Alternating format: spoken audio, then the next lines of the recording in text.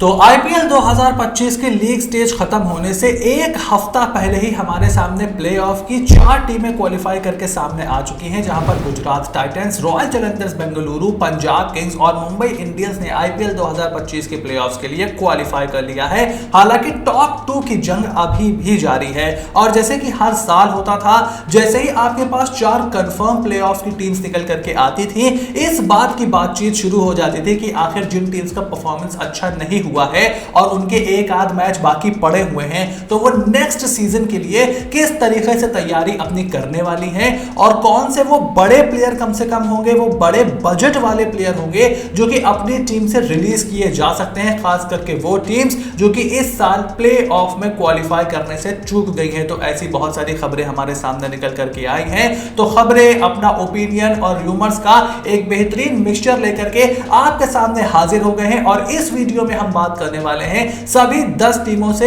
वो एक बड़े बजट का खिलाड़ी जो कि अपनी टीम से रिलीज हो सकता है before the mini auction of IPL 2026। तो आपको क्या करना है, सबसे पहले तो वीडियो को एंड तक देखो, चैनल को सब्सक्राइब कर लो, नोटिफिकेशन की घंटी बजा लो, अपने भाई को 100 के सब्सक्राइबर्स तक पहुंचने में मदद करो। और उसके साथ साथ जो दूसरा बड़ा काम आपने करना है वो ये है कि कमेंट बॉक्स में अपना ओपिनियन लिख करके बताना कि आपके हिसाब से किस प्लेयर को उसकी रिस्पेक्टिव टीम से रिलीज यहां पर कर देना चाहिए और कौन वो एक ऐसा नाम है जिससे आप अग्री नहीं करते हो। Now without any further delay, देखो सबसे पहले पॉइंट टेबल में इस साल नंबर 10 पर फिनिश करने वाली चेन्नई सुपर किंग्स की बात करें तो मेरे हिसाब से रविचंद्रन अश्विन का चेन्नई सुपर किंग्स से रिलीज होना अब तकरीबन यहां पर तय दिखाई दे रहा है। देखो उनको 9.9 करोड़ में खरीदना अपने आप में एक क्वेश्चनेबल मूव था, क्योंकि आप नॉस्टैल्जिया के ऊपर बहुत ज्यादा जा रहे हो। He is a retired international cricketer. उसके बाद जिस तरीके से आपने उनको खरीदा और 20 टूर्नामेंट में उनको ड्रॉप कर दिया गया, हालांकि महेंद्र सिंह धोनी ने अपनी कप्तानी आने के बाद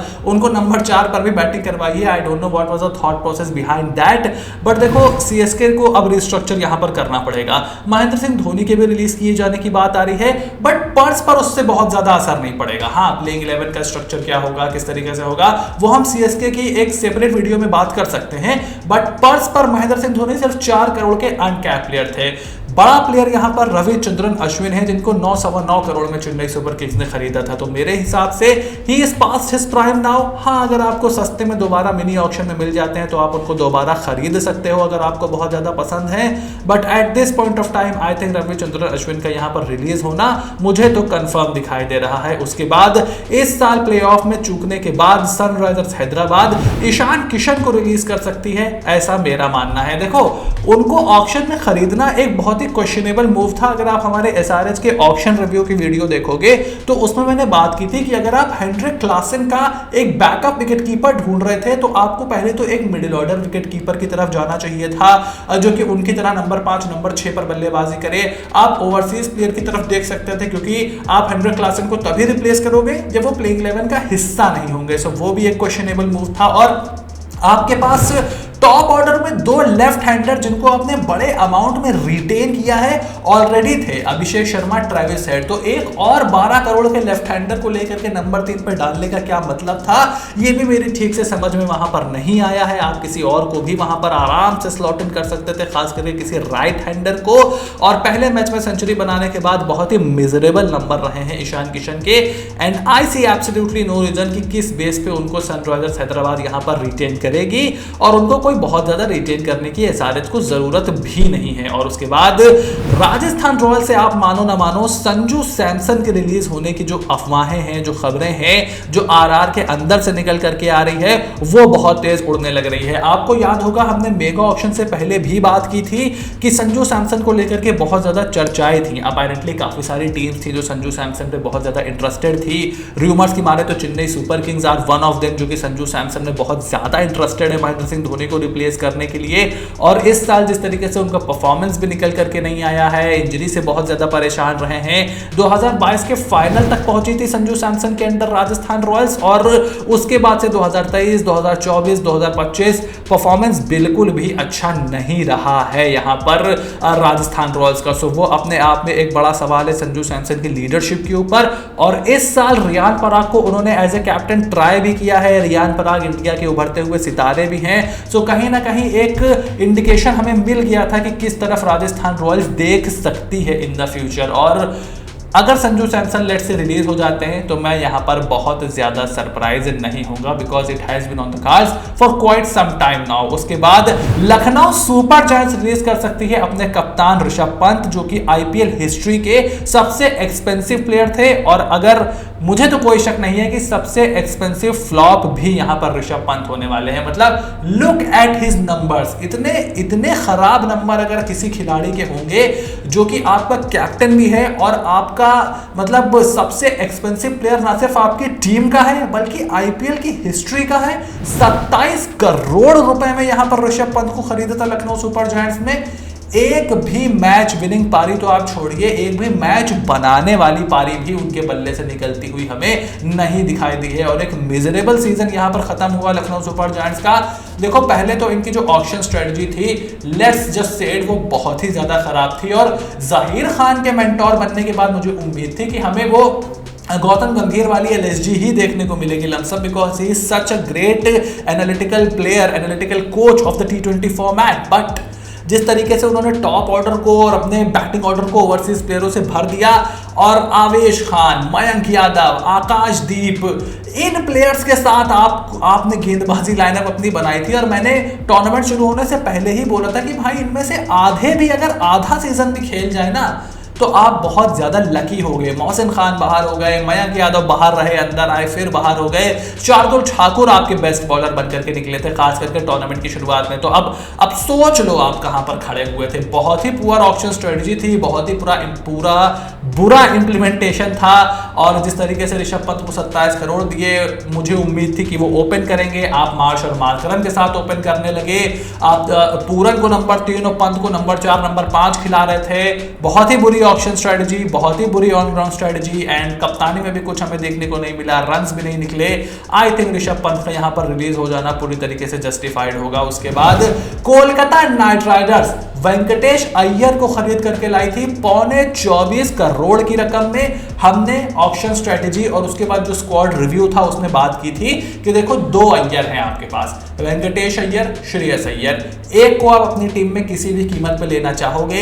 एक बार ही आपने श्रेयस को जाने दिया, ये बात तय थी कि आप वेंकटेश पे लंबा पैसा लगाने वाले हो। मैंने तब भी बोला था क्या ये सही है, क्या ये गलत है। देखो ये अपना अपना नजरिया होता है। आई बी ऑनेस्ट, 20-25 करोड़ रुपए कोई भी प्लेयर डिजर्व नहीं करता until and unless you are Jasprit Bumrah या फिर पीक राशिद खान जो हुआ करते थे। अब तो उनके ऊपर भी डाउट है। जसप्रीत बुमराह के अलावा 20 करोड़ से ज्यादा की रकम कोई भी प्लेयर डिजर्व नहीं करता आईपीएल में क्रिकेटिंग लॉजिक पे। लेकिन हाँ, जिस तरीके से ऑप्शन डायनामिक्स होते हैं, आप अपनी कोर को बरकरार रखना चाहते हो, काफी सारी चीजें होती हैं कि किस लेवल का प्लेयर अवेलेबल है, किस सेगमेंट का प्लेयर अवेलेबल है, क्या वो ऑलराउंडर है, क्या वो कीपर है, फास्ट बॉलर है, आपको किसकी जरूरत है, आपकी लीडरशिप ग्रुप किस तरीके से बन रहा है। सो वो सारी चीजें थी। वेंकटेश अय्यर को आप खरीद करके लाए, आपने उनको कैप्टन नहीं बनाया, आप उनसे बॉलिंग करवाते नहीं हो। जो उनका काम था, प्राइमरी रोल जो था बल्लेबाजी का, बहुत ही हॉरिबल सीजन रहा है। एक आध इनिंग छोड़ करके कहीं भी उन्होंने अपने बल्ले से कंट्रीब्यूट नहीं किया है, और ये एक बड़ी वजह रही है कि केकेआर आईपीएल 2025 में क्वालिफाई करने से चूक गई है। हालांकि they tried punching above their weight without their big players contributing, but हो नहीं पाया नाइट राइडर्स के साथ। और इसीलिए मुझे लगता है कि देखो नारायण हो गए, रसल हो गए, ये तो रिलीज नहीं होने वाले हैं। वेंकटेश अय्यर को आप रिलीज करके दोबारा 12-15 करोड़ में खरीदने की कोशिश कर सकते हो, तब भी आपके 7-8 करोड़ रुपए का फायदा होगा।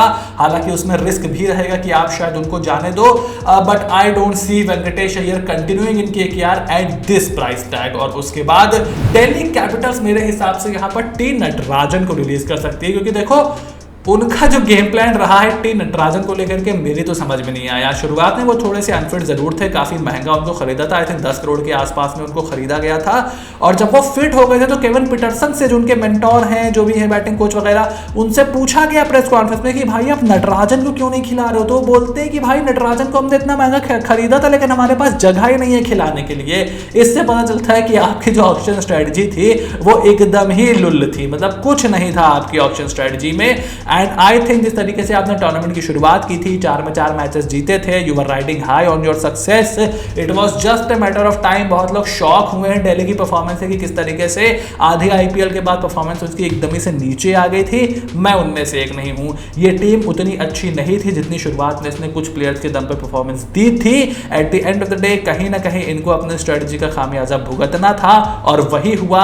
ऑक्शन स्ट्रेटजी आपकी अच्छी नहीं थी, नटराजन को आपने बिल्कुल भी खिलाया नहीं। अब उनके फिटनेस इश्यूज हैं, जो भी है, I don't see him continuing in Delhi Capitals anymore. उसके बाद मुंबई इंडियंस देखो प्लेऑफ में पहुंच गई है और वो एक टूर्नामेंट, जब भी प्लेऑफ में पहुंचेंगे तो टूर्नामेंट जीतने के एक बड़े कंटेंडर रहेंगे।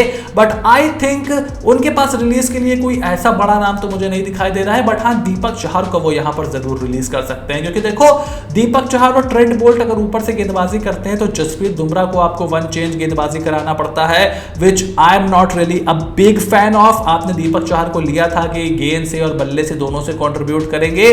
ठीक ठाक सीजन रहा है, कुछ मैचेस अच्छे रहे हैं, कुछ मैचेस अच्छे नहीं रहे हैं, डेथ में भी वो कंट्रीब्यूट नहीं करते हैं। सो अगर एमआई किसी को रिलीज करने की सोचेगी, डिपेंडिंग कि कैसा आगे के मैचेस जाते हैं, कोई इतना अगर वो चहर को रिटेन भी कर लेते हैं तो I will not be surprise और उसमें कोई खराब बात नहीं होगी। बट एक प्लेयर पिक करना था तो हमने यहां पर दीपक चहर को पिक किया है इन माय ओपिनियन। उसके अलावा पंजाब किंग्स, जिनका बहुत ही जबरदस्त रहा है आईपीएल 2025 का सीजन, मेरे हिसाब से ग्लेन मैक्सवेल को तो वो जरूर यहां पर रिलीज करने वाले हैं, क्योंकि देखो वो इंजरी वगैरह हो गए, वापस भी चले गए हैं और जब वो खेल भी रहे थे तो कोई झंडे तो पंजाब के लिए वो गाड़ने रहे थे और उस बंदे ने तो कसम खाकर रखी हुई है कि वो पंजाब के लिए तो कभी परफॉर्म नहीं करेगा, बाकी सब टीमों के लिए वो रन बना देगा। आरसीबी के लिए बहुत बढ़िया बढ़िया सीजन उसने एक आध खेला, पंजाब के लिए उसने बिल्कुल भी परफॉर्मेंस नहीं दी। मार्कस स्टोइनिस का भी एक ऑप्शन है उनके पास रिलीज करने के लिए, I will not be surprise अगर दोनों को वो कर देते हैं। देखो काफी चीजें डिपेंड करेंगे कि इस टूर्नामेंट का नतीजा क्या आता है, क्या वो टॉप 2 पे फिनिश करते हैं, क्या वो टूर्नामेंट जीतते हैं। जिस वक्त हम ये वीडियो शूट कर रहे हैं ग्लेन मैक्सवेल का पत्ता कटना तय है, इस बारे में कोई शक नहीं। और उसके बाद रॉयल चैलेंजर्स बेंगलुरु यहां पर लियम लिविंगस्टन को भी रिलीज कर सकती है, ऐसा मेरा मानना है। और सेम केस में यहां पर लागू करूंगा मुंबई इंडियंस वाला। अभी मैचेस बचे हुए हैं, जेकब बेथल चले जाएंगे, फिल सॉल्ट चले जाएंगे और बाकी के प्लेयर्स भी चले जाएंगे। तो क्या आप कंटिन्यू करोगे? जाहिर सी बात है लियम लिविंगस्टन का वनडे और टी20 स्क्वाड में इंग्लैंड के सिलेक्शन नहीं हुआ है, जो वेस्ट इंडीज के खिलाफ उनकी सीरीज होनी है, तो वो अवेलेबल रहेंगे। वो अगर खेलते हैं, अच्छा परफॉर्मेंस करके देते हैं, then RCB might retain him for the next year. But अभी तक जिस तरीके से चीजें रही हैं, उनको रोमारियो शेफर्ड के लिए ड्रॉप भी कर दिया गया था, ठीक ठाक पैसे में उनको लिया भी था। आई थिंक लियम लिविंगस्टन का यहां पर रिलीज होने के चांसेस ज्यादा है अगर ये परफॉर्मेंस प्लेऑफ में भी कंटिन्यू रहती है तो। और लास्ट में गुजरात टाइटंस यहां पर कागिसो रबाडा को रिलीज कर सकती है, ऐसा मेरा मानना है।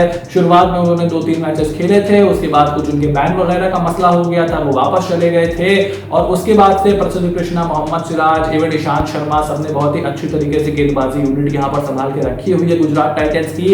Eight this point of time they are the biggest contender to finish in the top 2, they are the biggest contender to win the IPL 2025 और 10-10 विकेट से बंदे 200 रन चेस किए दे रहे हैं। I see absolutely no reason कि आप इतने I don't remember the exact price, I think 9 या 10 करोड़ 10-11 करोड़ में आपने खरीदा था यहाँ पर कागिसो रबाडा को।